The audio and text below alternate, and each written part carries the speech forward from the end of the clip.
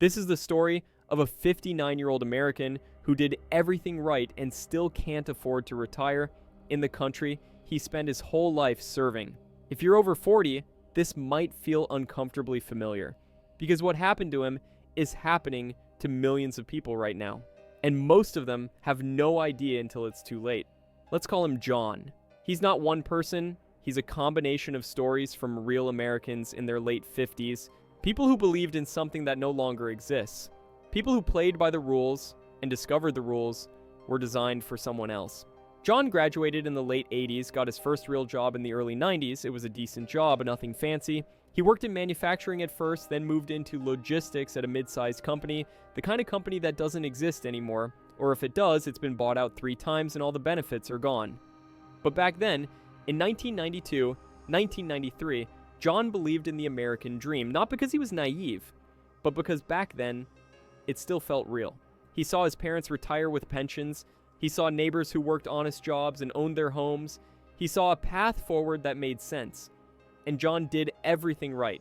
Everything society told him to do. He worked hard. He showed up every day. He stayed at the same company for years because that's what you were supposed to do. Loyalty mattered. He got married to his high school sweetheart. They had 2 kids. He bought a modest house in a decent neighborhood in Ohio. Nothing extravagant. 3 bedrooms, small yard, built in the 70s. He paid $180,000 for it in 2004, and at the time, he thought he was making the smart move. Building equity, investing in his future. He always told himself he'd start really saving for retirement later, when things calmed down, when the kids were out of daycare, when the mortgage payment felt easier, when the car was paid off. There was always a reason to wait. Always something more immediate that needed the money. Sound familiar? Because this is where John's story becomes your story, or your dad's story, or the story of someone you know who's quietly panicking but won't say it out loud. Then 2008 happened, and everything changed. John didn't lose his job immediately, he was lucky in that sense, but his hours got cut from 40 to 32 a week. His 401k, which he'd finally started contributing to a few years earlier, got cut in half. Just vanished.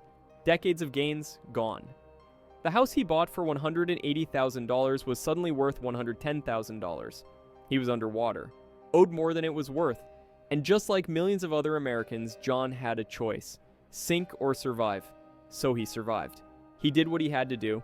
He took on debt, credit cards to cover the gap between what he was earning and what life cost, a second mortgage to consolidate everything to get some breathing room. He told himself it was temporary, just until things got better. Just until the economy recovered, just until he could get back to 40 hours, just until the house value came back. And they did get better, sort of, eventually. By 2011, John found a new job, but it paid $8,000 less per year than his old one, and there was no pension. Just a 401k match if he could afford to contribute, which he couldn't. Not really, not with everything else. The house? He eventually sold it in 2013, at a loss, walked away with almost nothing after paying off what he owed, and he started renting again. At 45 years old, he was back to renting, back to square one, except this time, rent was higher, way higher. In 2008, he could rent a decent 2-bedroom for $850 a month. By 2015, that same apartment was $1,400. By 2020, it was $1,700. And now, in 2024, he's paying $2,100 for a place that's smaller than what he rented 15 years ago, but he kept going. Because what else do you do? Now he's got rent that's doubled since 2010. Car payments because the old one finally died at 200,000 miles and he couldn't afford to fix it. Credit card debt that never quite goes away. He pays the minimums every month and watches the balance barely move. And 2 kids who need help with college because they can't afford it either. He co-signed loans for both of them because what father wouldn't? Now he's on the hook for those too. Every month, John made the numbers work. Barely. He juggled, he stretched, he skipped things, delayed the dentist, drove the car longer than he should have, ate cheaper food, didn't take vacations, didn't buy new clothes, just survived. And every month, he told himself the same thing he'd been telling himself for 30 years. We'll start really saving for retirement later, when things calm down. But later never came. The years passed faster than he expected, One day he was 45, rebuilding after the crash. Then he blinked, and he was 50. Then 55. Then suddenly, he's 59 years old, and he realizes he's 6 years away from 65, and he has almost nothing saved. That's when reality hit. Hard. At 59 years old, two things happened to John almost at the same time. Two things that pulled back the curtain and showed him the truth he'd been avoiding. First, his wife had a medical emergency. She collapsed at work, rushed to the hospital. They ran tests, kept her overnight, more tests, specialists. It turned out to be something manageable, thank God, but it was serious. A warning sign that needed monitoring. Even with insurance, even with the plan his employer offered, they were looking at $8,000 out of pocket. Deductibles, co-pays, things insurance didn't cover. The bills kept coming for months. They put it on credit cards because what else could they do? Let his wife die? Skip the follow-up appointments? That was wake-up call number one. Wake-up call number two came a few weeks later. John's company announced they were offering early retirement packages. Nothing generous, just a way to get older, more expensive employees off the payroll. And John realized something terrifying. He couldn't take it, even if he wanted to, because he had no idea how he'd survive. So for the first time in his life, really, for the first time, John sat down and did the math on retirement. Not someday retirement, not theoretical retirement, real retirement, the retirement that was 6 years away. Here's what he found. He went on the Social Security website and checked his estimated benefits. If he retired at 62, he'd get about $1,400 a month. If he waited until his full retirement age of 67, he'd get about $1,800 a month. Maybe $1,850 if he was lucky. Then he wrote down his monthly expenses.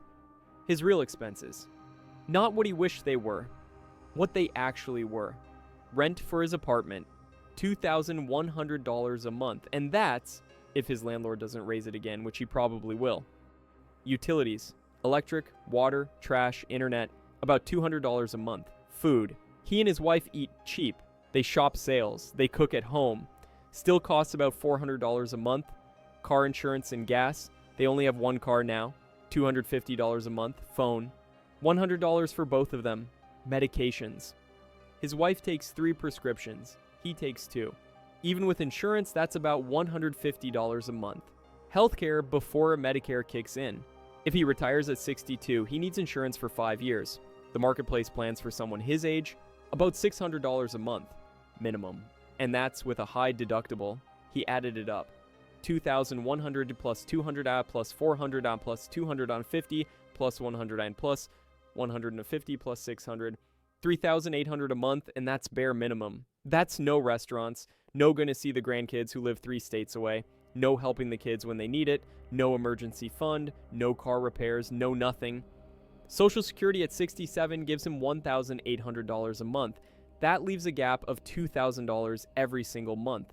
Every month for the rest of his life. Even if he waits until 70 to maximize his Social Security, he'd get maybe $2,200 a month. Still $1,600 short. John stared at those numbers for a long time. He checked his math 3 times, looked for something he'd missed. Some expense he could cut, but there was nothing. This was the reality. This was his life. That's when it hit him. Really hit him. The middle class he was promised, the retirement his parents had, the American dream he'd believed in for 59 years, it doesn't exist for him. It never did. He did everything right. Everything society told him to do, and it doesn't matter. The game was rigged from the start. His father worked for the same company for 35 years, retired at 62 with a full pension that paid 70% of his final salary, had full healthcare coverage, owned his home outright, took his grandkids to Disney World, helped John with his first house down payment, died at 81, comfortable, secure, never worried about money after retirement. That world is gone. It doesn't exist anymore. And nobody told John. Or maybe they did, and he didn't want to believe it. Let me tell you the brutal truths John learned too late. The things nobody tells you when you're 25 or 35 or even 45. The things you need to hear right now while you still have time to do something about it. Truth number 1, you cannot live a middle-class American life on Social Security alone. Period. It's not possible. Social Security was never designed to be your only income in retirement. It was designed as a supplement. Something to add to your pension, your savings, your investments. But somewhere along the way, for millions of Americans, it became the only plan. The pensions disappeared. The savings never materialized because there was nothing left to save, and Social Security became the life raft everyone's clinging to. Except it's not a life raft, it's a pool noodle. And you're in the middle of the ocean. The average Social Security benefit right now is about $1,900 a month. The average rent for a one-bedroom apartment in America is $1,700. Do the math. That leaves you $200 a month for everything else. Food, utilities, healthcare, transportation, everything. It's not possible. And here's what makes it worse. Social Security wasn't even designed to last this long. When it was created in 1935, the average life expectancy was 61 years old. The retirement age was 65. Most people died before they collected much. It was insurance against outliving your savings, not a 20-year income plan. Now people are living into their 80s and 90s, collecting Social Security for 20, 25, even 30 years. The system was never built for this, and it shows. Truth number 2, one serious medical event can erase 30 years of work, one cancer diagnosis, one heart attack, one stroke, one chronic condition that requires ongoing treatment. Even with Medicare, even with supplemental insurance, the out-of-pocket costs can destroy you. A serious illness can cost $50,000, $100,000, even more. And even if insurance covers 80%, you're still on the hook for $20,000 or $30,000, money you don't have. Money that goes on credit cards at 20% interest. Money that follows you for the rest of your life. John's wife had a relatively minor scare and it cost them $8,000. Imagine if it had been serious. Imagine if it had required surgery, chemotherapy, months of treatment. They'd be bankrupt. After 30 years of working, paying taxes, doing everything right, they'd be bankrupt. Healthcare bankruptcy is the #1 cause of bankruptcy in America. Think about that. You can do everything right. Work your whole life, pay your taxes, have insurance, and one medical emergency can still destroy you financially. Truth number 3, the system was never designed for you to retire comfortably without massive assets. It was designed for people who own property outright. For people who have pensions from jobs that don't exist anymore. For people who have generational wealth, family money, something to fall back on. If you're starting from zero, if you're working for a paycheck and living paycheck to paycheck, like 65% of Americans, you're already behind. The system assumes you'll have assets. It assumes you'll own a home with no mortgage. It assumes you'll have savings. It assumes you won't have debt. But most Americans don't own their homes outright. Most Americans have debt. Most Americans have less than $5,000 in savings. And the system doesn't care. It just keeps chugging along, designed for a middle class that doesn't exist anymore. Look at the actual numbers. The numbers nobody wants to talk about because they're too depressing. Since 1980, wages for average workers have increased about 10% when adjusted for inflation. Just 10% in over 40 years. Rent, up 60%. Healthcare costs, up over 200%. College tuition, up 180%. Housing prices, up 130%. The math doesn't work. It never did. The expenses increase 6 times faster than wages. You can't save your way out of that. You can't budget your way out of that. You can't work harder your way out of that. The game is rigged. And if you're waiting for it to fix itself, for politicians to save you, for the economy to go back to normal, you're playing John's game. And John is losing. Here's something else John realized. His kids are in worse shape than he is. At least he had a few good years. At least he got to buy a house once, even if he lost it. His daughter is 32, has a master's degree, and lives with 2 roommates because she can't afford her own place. His son is 29, still paying off student loans, can't even think about buying a house. They're not lazy. They're not entitled. They're working harder than John ever did. Multiple jobs, side hustles, and they're still broke because the game got even more rigged after John's generation. But here's the thing. Here's the part that keeps me up at night. John's story doesn't have to be your story. For John, at 59, his options are limited. Not impossible, but limited. He's got 6 years until retirement and almost no savings. He can't start over. He can't go back and make different choices. All he can do is damage control. But if John was 45 instead of 59, everything would be different. He'd have time. Not a lot, but enough. Enough to make changes. Enough to build an escape plan. Enough to refuse to lose.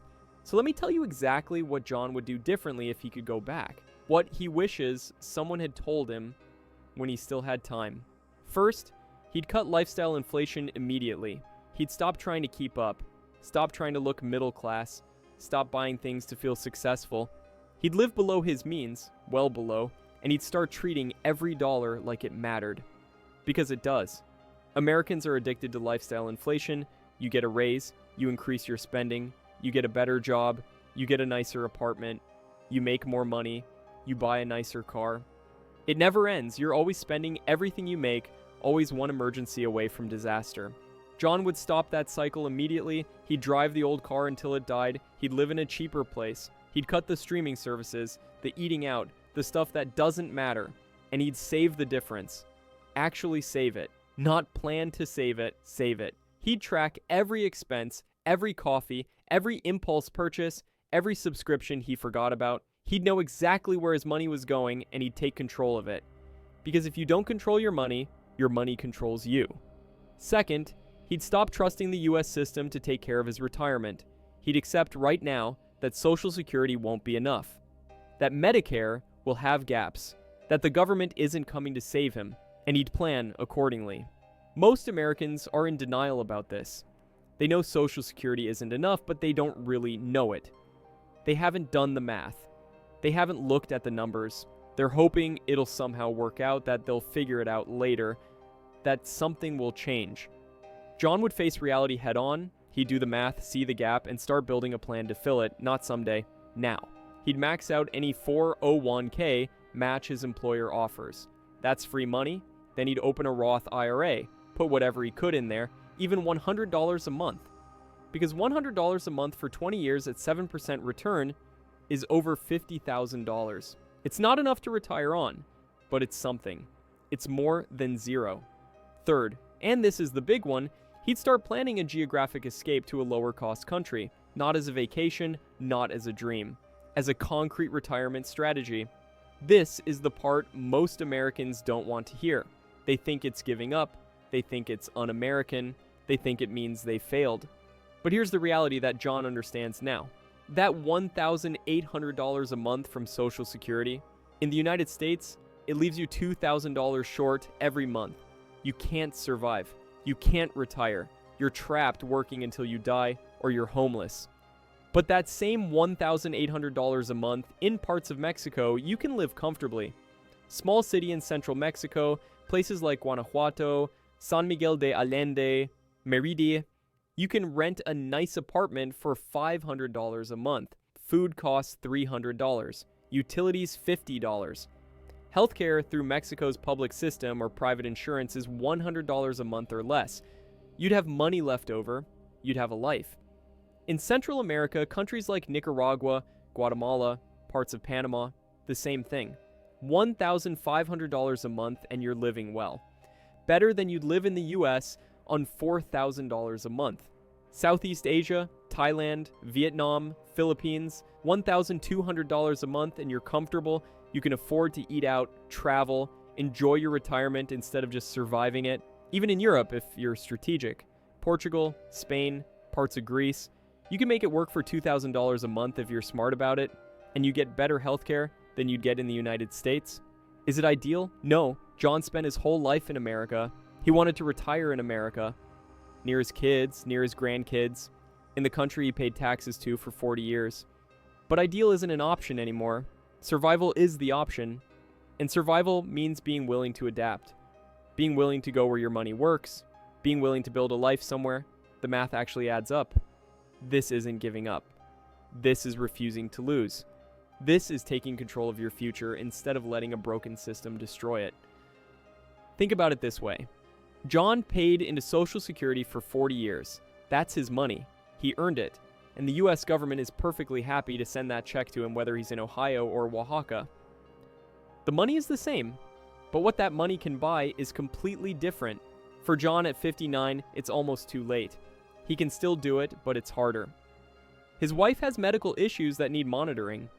They'd need to research healthcare options carefully, make sure they can get her medications, find doctors they trust. It's doable, but it's complicated.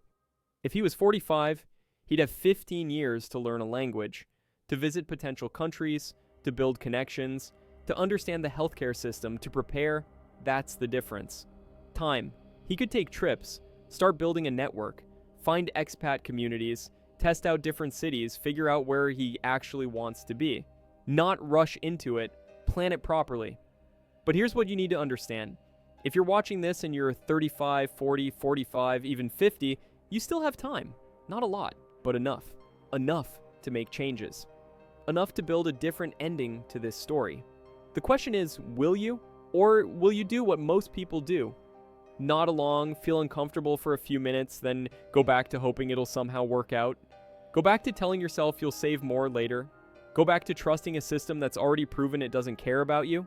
John isn't just a story. He's a warning from your future. He's the ghost of Christmas future showing you what's coming if you don't change course now. If you're over 40 and still counting on the US system to rescue your retirement, you're playing John's game. And the house always wins. The system wins, the corporations win, the government wins. You lose unless you change the game. Here's what I want you to do right now. Comment below with your age and your biggest fear about retirement. Be honest, not what you think you're supposed to say, what you're actually afraid of. Because the first step to fixing this is admitting where you actually are. Admitting what you're really facing. Are you afraid you'll work until you die? Are you afraid you'll be a burden on your kids? Are you afraid you'll end up homeless? Whatever it is, say it. Put it out there. Because once you name the fear, you can start building a plan to fight it. Now, and if you want real numbers, real options, and real escape plans while there's still time, subscribe to this channel. Because I'm not here to make you feel good. I'm not here to sell you false hope or tell you everything's going to be fine if you just work harder. I'm here to tell you the truth about what's happening to the American middle class. The truth that John learned too late. The truth that your parents' generation didn't have to face, but yours does. And I'm here to give you actual options while you still have time to use them. Real strategies, real numbers, real countries where your retirement dollars actually work. The middle class is dead. But your future doesn't have to be. The clock is ticking. Don't be John. Don't wait until you're 59 and realize you're trapped. Make different choices now while those choices still matter. Because in 10 years, in 20 years, you'll either thank yourself for acting now, or you'll be John, sitting at a kitchen table at 59 years old, staring at numbers that don't work, wondering where it all went wrong. The choice is yours. But you have to make it now. Today, not tomorrow. Not when things calm down. Now. Because later never comes.